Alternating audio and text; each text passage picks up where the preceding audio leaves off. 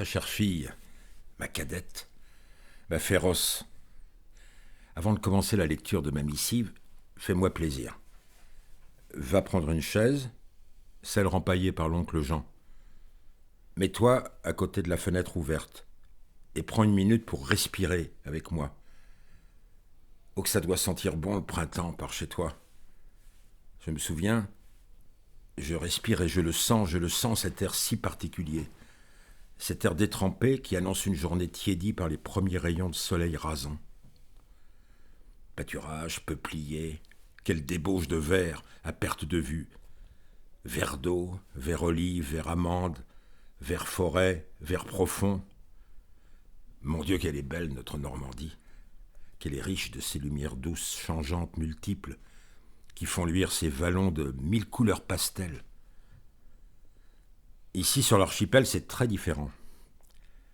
Tout est brûlé par le sel, et ce n'est d'est en ouest, du nord au sud, qu'une seule harmonie, un camailleux de gris-bleu, comme tes yeux, ma fille chérie.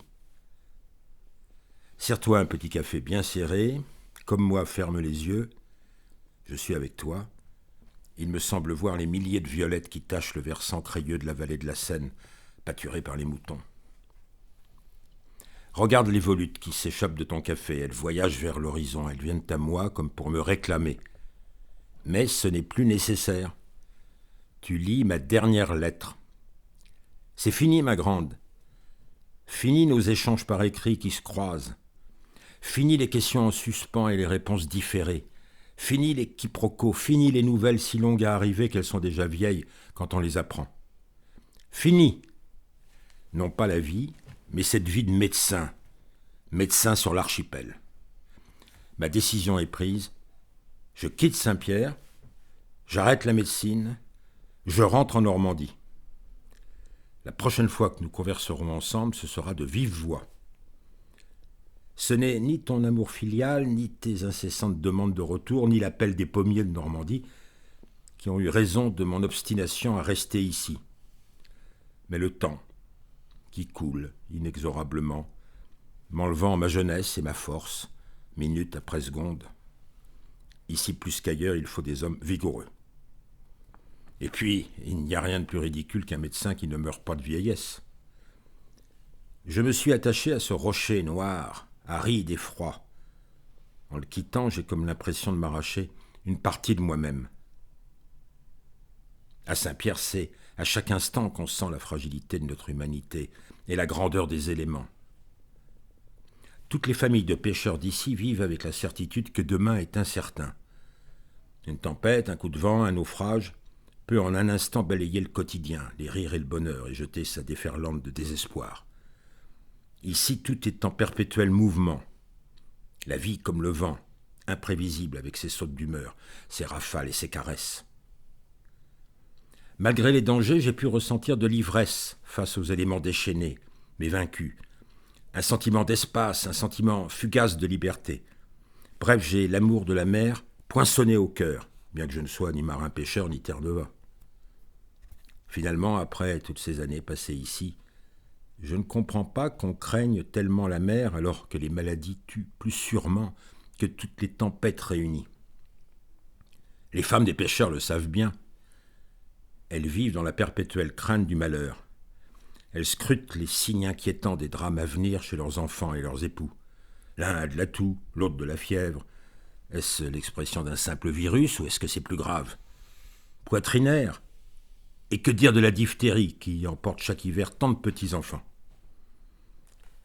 Entre l'épuisement au travail, l'humidité, le froid, les sautes de température et l'état surchauffé des habitations, bronchite, rhumatisme aigu, prospèrent joyeusement sur l'île. Ces maladies sont vraiment le fléau de l'archipel, sans parler de la tuberculose, qui emporte chaque année son lot de victimes, la plupart du temps des hommes dans la force de l'âge. En arrivant ici, je n'ai cessé d'être confronté à la mort de mes patients, qu'il s'agisse d'enfants fluets ou d'hommes à la constitution robuste. Tu sais combien cet état de fait m'a éprouvé. Accueillir la disparition de mes patients ne m'a pas été facile. Puis, au contact de cette île et malgré mon âge déjà avancé, J'ai mûri. Le médecin n'est rien de plus, rien de moins que le dépanneur d'une machine dont il ne possède pas les plans. Le médecin soigne, mais c'est la nature qui guérit. À Saint-Pierre, Miquelon, Langlade, à l'île aux Chiens, les familles n'appellent que peu le médecin, dont elles ne suivent que rarement les conseils. Ici, je n'ai jamais eu besoin de mentir pour consoler, de nourrir des espoirs trompeurs pour adoucir les mauvaises nouvelles. Ici, pas de lamentation. Le malheur est une seconde nature. On l'attend presque. Avant de partir, j'ai passé beaucoup de temps avec Jean-Antoine. C'est lui qui a été désigné prud'homme par ses pairs pour la prochaine campagne de pêche. Il prend son rôle très à cœur. Ce n'est pas rien d'être élu par la prud'homie des pêcheurs. Une fois en mer, sa responsabilité est grande. C'est lui qui s'assure que l'ordre règne sur les lieux de pêche.